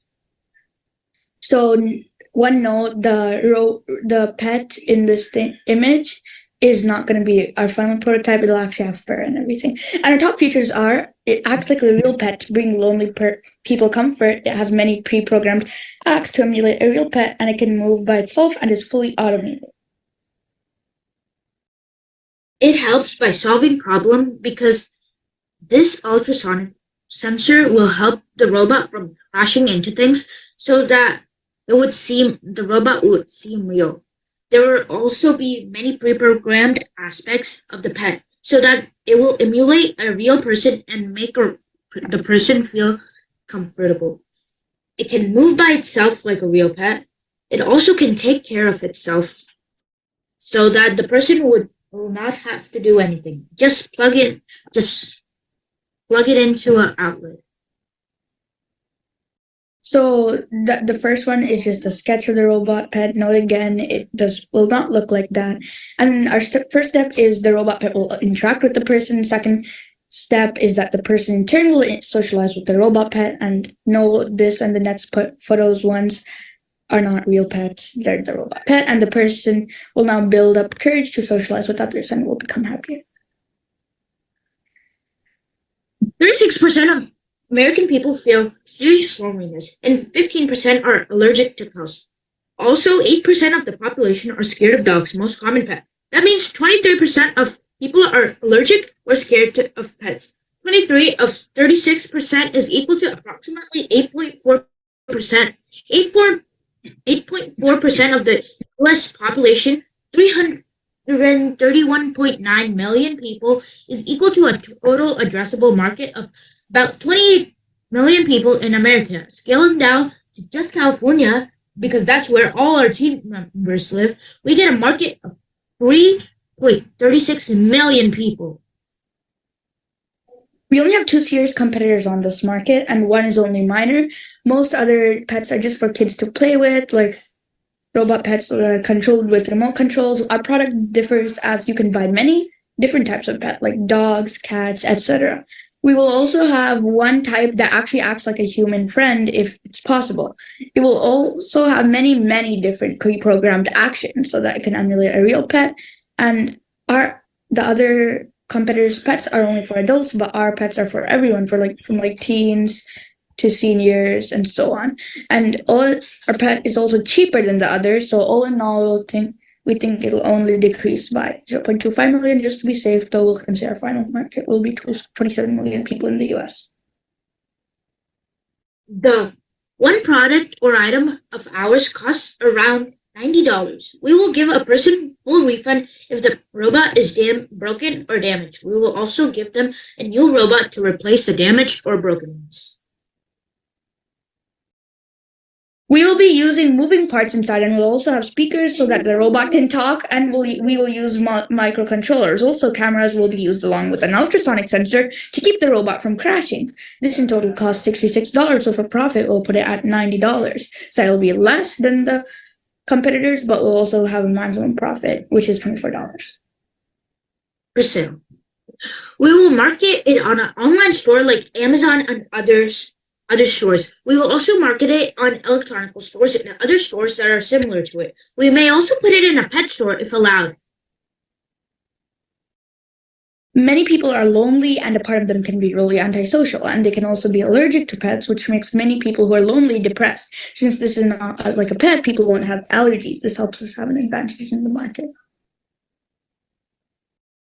We expect at least 5 million sales in the US. We also have a profit of $24 per unit. This means that we will have at least a profit of 5 million times 24, which is equal to about $120 million profit. We will first start smaller, like in California, because that is where all of our team live. We'll slowly start growing the area by 25% each year. Thus, we will usually have a growth rate of 25%, but this may change because the area we may expand to won't sell that well, and will stay and will reduce to a hub, or if it's really good, then it will increase even 25%. Thank you for listening. Thank you. Bye. Thank you, team. I think this is again a great example of clearly a social need that you all have identified. So very inspiring that you are thinking about it deeply. One question I had was, I was surprised to see the cost was only $66. How did you come up with that cost? Seems like you have a pretty good robot pet, but 66 seems low to be able to build it. Well, the selling price is $90, but we reduced it mainly because our competitor's price was less than. We first wanted to do $200, but then when we saw our competitor's price be 90, I think it was $95. That's why we reduced it, so people would like our product more and buy more of our product than the other competitors' product. Okay, got it. Thank you. I'm curious why you decided to go the pets route versus, let's say, a human being to solve loneliness. Why is that a better solution? Because so first we came up with an idea to help blind people navigate through the world. And then we thought that was a bit too complex, and we would start a bit smaller, like a robot pet. This robot pet, yeah, you can ask a human to be with you, but humans might have their own other problems, and they might be dealing with two problems. So that would be a problem. And this robot, it's not people are allergic to pets and some other stuff. So they would like this product better because they could interact with it, and the pet wouldn't say anything you're doing it wrong or negative things, because a human could say negative things and make the person even lonelier or depressed. So that's why our pet is better. I love how deeply you've thought about this user problem. Excellent. 1 minute left. Quick comments as well. One is, I think that you could actually charge more for your product than $90. You really do need to look at the cost. As Ritesh talked about, price, he was right on with looking at that. But I think I applaud you for looking at your competition, but that maybe you have a better product. Maybe you have a different use for your product than they do. So I just encourage you to do that. Second question, the question I had was, can you give us an example or two of how somebody would interact with the pet? I just want to understand what it does. What does it do for me? So For example, I want a pet, but I'm really scared of pets. Which is true. And I want a pet really badly. And so I get this robot pet and I can interact with it like say like I can say my day is going very well. So I can interact like that, positive comments, and it would respond to me with a bark or like jump onto me and stuff like that. Real Cool. Yeah, you've thought through this. Excellent, excellent. Good job, guys. Yeah, and that is time. Fantastic. Well done, Team Try Helpers. All right. Now, thank you all the participants for the wonderful, wonderful round. And now I would request our judges to move to the deliberation round room so that we can get our results readied up. And until then, we have a couple of cool things to share with you. But before we do that, just a reminder of what we have today. The battleground is set. The teams are ready. Their armor thick. Their swords shining bright. It is that time of the year.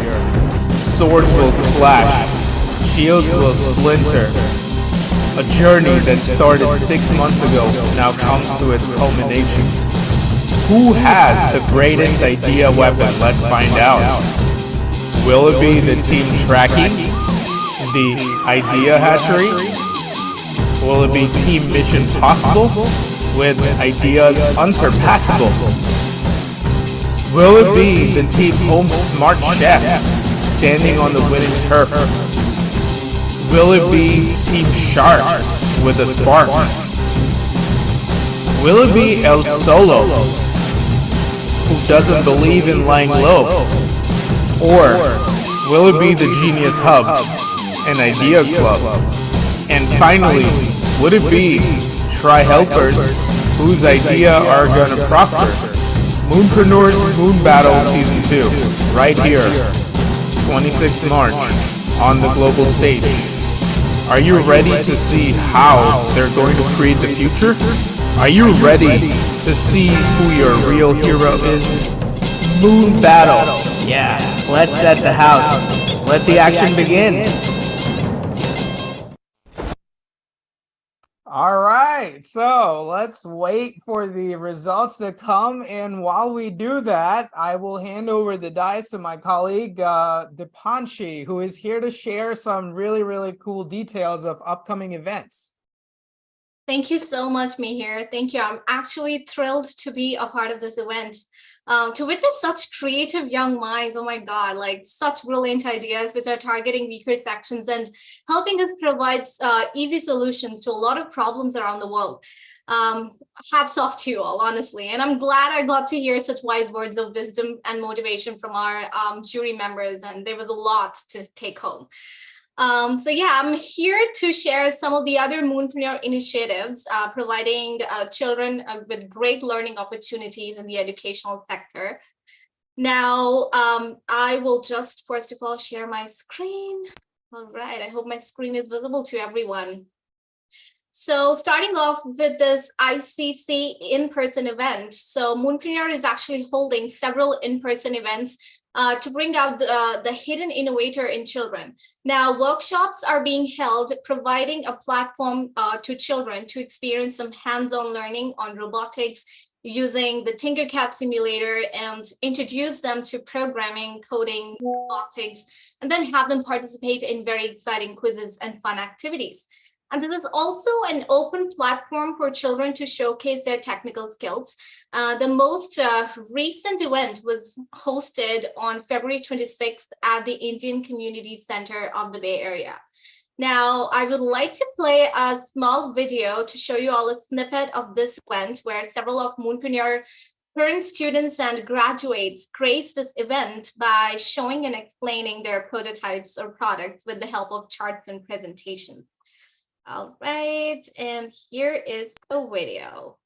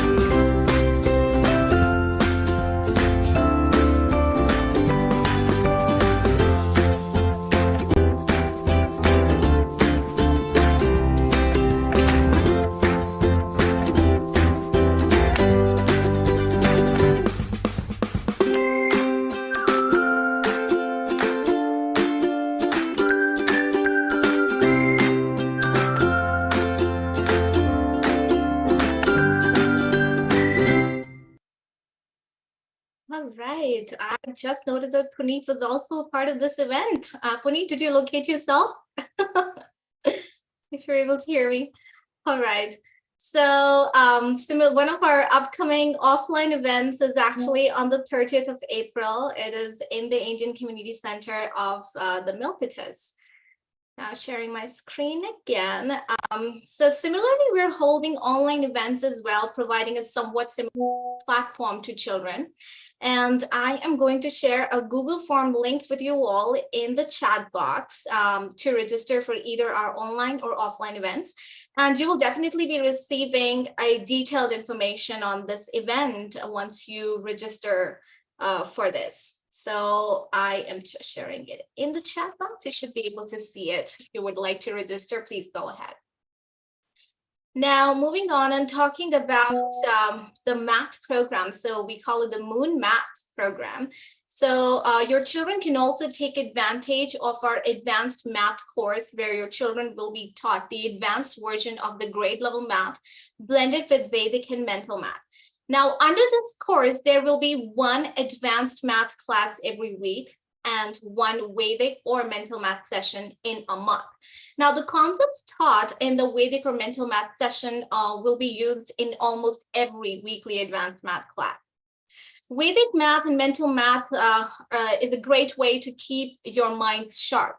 It will help children use their brains to do the calculations and minimize the use of calculators. Now, Vedic math will help solve mathematical arithmetics in an easy and faster way. And then if you talk about mental math, it is a group of skills that allow people to do math in their head without using pencil and paper or a calculator. Now, some of the examples, if I may provide you. So we may know the multiplication by 11 trick. So any number multiplied by 11 can be written as the number itself with the middle digit as the sum of the digits in that number itself. So for example, if you multiply 24 by 11, so it's going to be 2. The first digit will be 2. The last digit will be 4. And the middle digit will be the sum of 2 and 4. So 24 into 11 will be 264. Similarly, 53 multiplied by 11. So the first and the last digit will be 5 and 3 respectively. And the middle digit will be the sum of 5 and 3, which is 8. So 53 into 11 will become 583. Now, similarly, the divisibility by 7 trick, where firstly, we have to remember this pattern, which is 142857. So this is a pattern which you always have to keep in mind if you're dividing any number by 7, which is 142857. Now, firstly, you'll start the normal division in your mind, and the first digit after the decimal would be either of the numbers in this pattern, which is 142857. And the following numbers become the same numbers in the pattern following that particular number. That may be weird as I formulated in the sentence, but if I give you an example, so if you're dividing 3 by 7, so firstly, you'll do the initial calculation in your mind. So 3 is less than 7. So of course, it's going to be 0 and then the decimal. So 0 point, and then it's going to be 30, 28, so 4. Yeah, so 0.4 will be the initial numbers, and then the following numbers will be the numbers from the pattern itself, which is 0.42857, and then followed by 142857. Similarly, another example, if you divide 9 by 7, so 9 is greater than 7, so of course it's going to be 1 point and then 2857 and then followed by 142857. So these are some of the tricks which students can learn. And now I would like to call upon Vikas Shukla. Now, Vikas Shukla is a co-founder and the CIO of Moonpreneur, and he's one of the most creative minds when it comes to technology. And his innovations in the field of hardware and software have led to several successful learning products for students. And he's also one of the masterminds behind the math program itself. So Vikas would like to share some more examples how we are incorporating the Vedic and mental math tricks in the regular weekly sessions itself. So over to you, Vikas.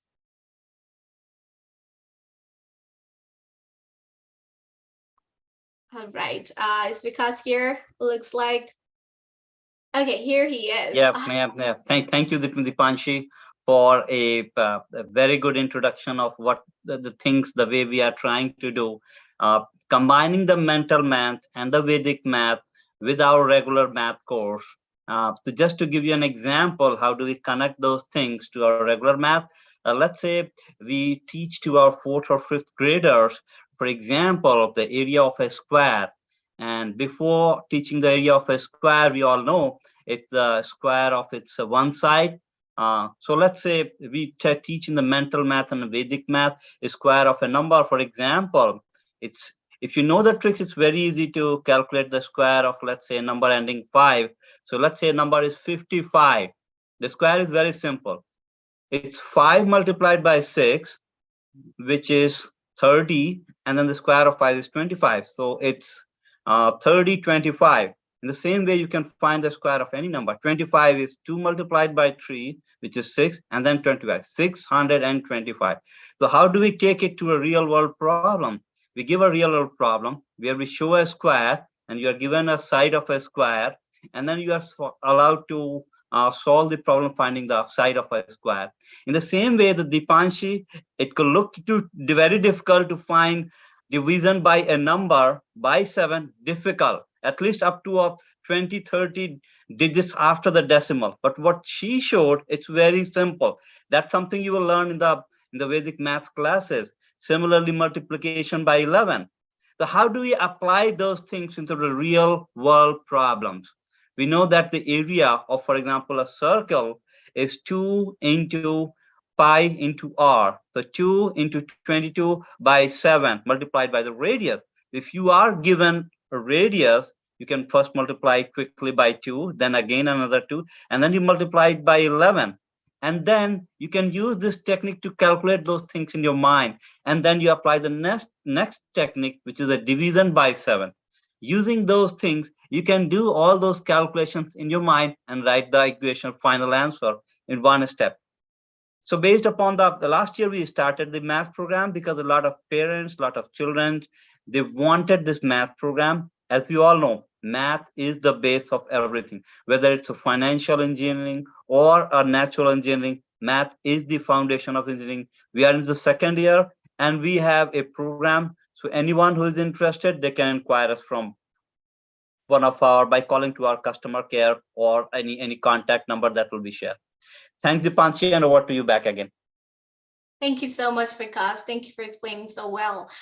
All right, I'll just share my screen again. Now, talking about our summer program. So many parents have been inquiring us if you're offering any summer programs this year as well, which will keep their children busy in their free hours towards doing something productive and educational.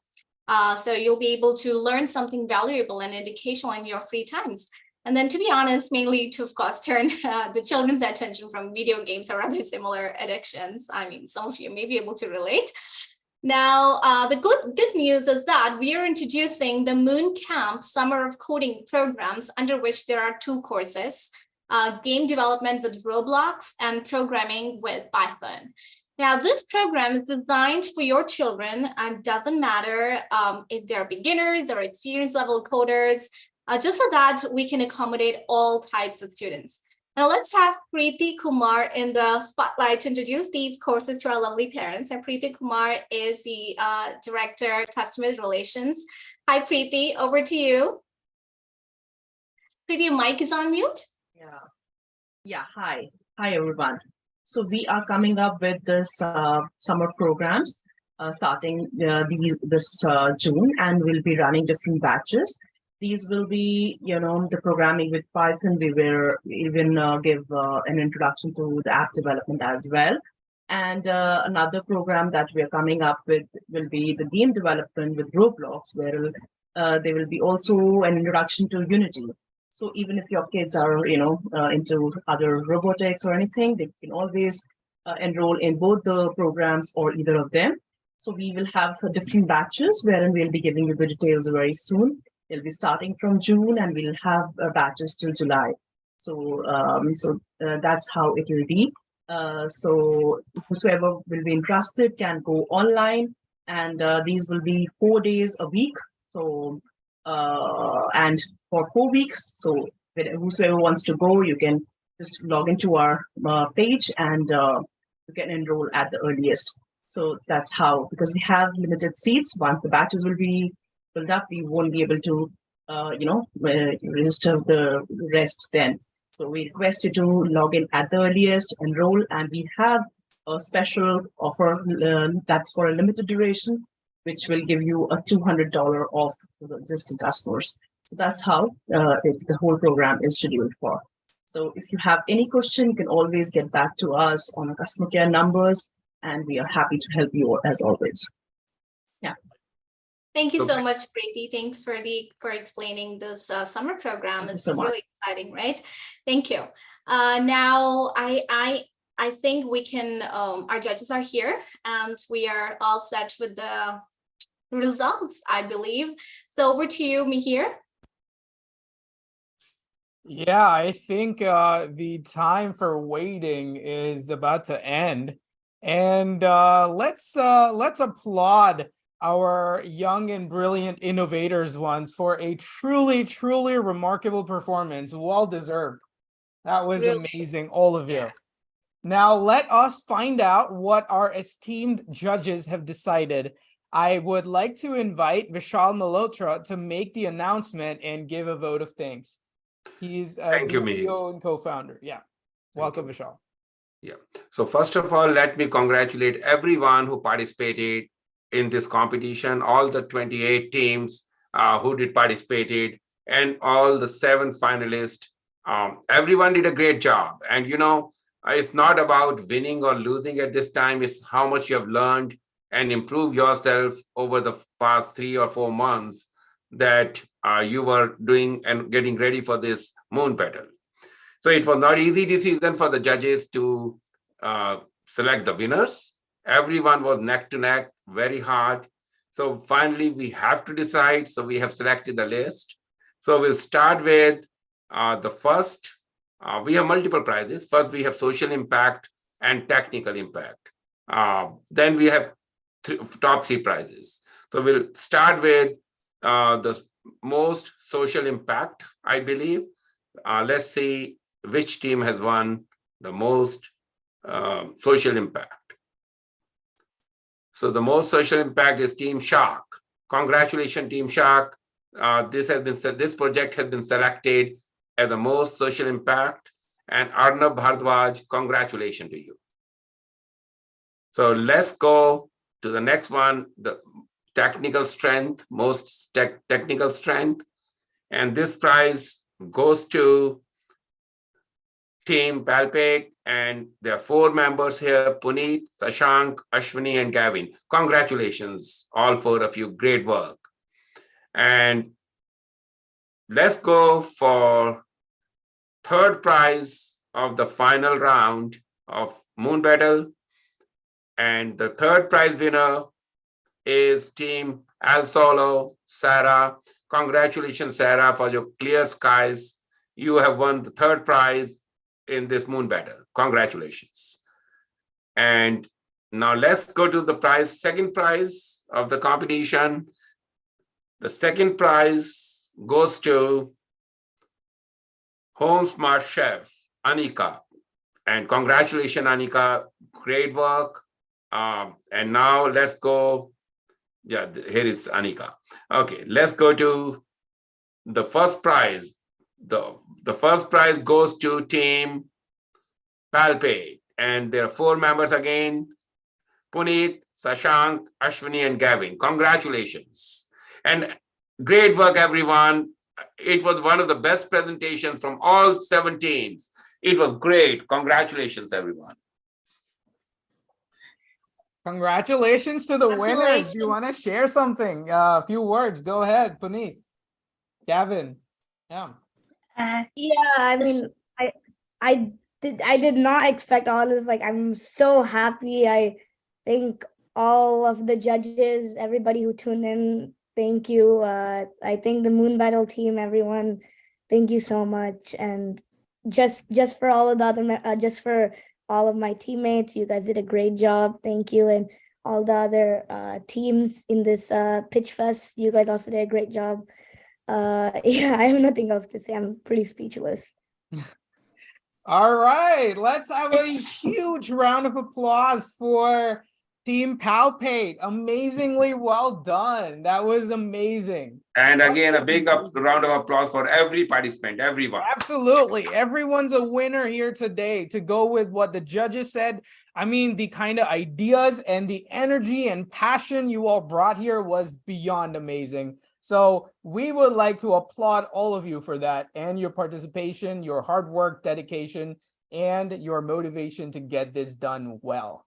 All right. And with that said, we thank you so much for being a part of this successful season 2 of MoonBattle. Thank you for coming in. And we hope to make the next one even bigger, better, and stronger. All right. Thank you, everybody. Thank you. Thank you.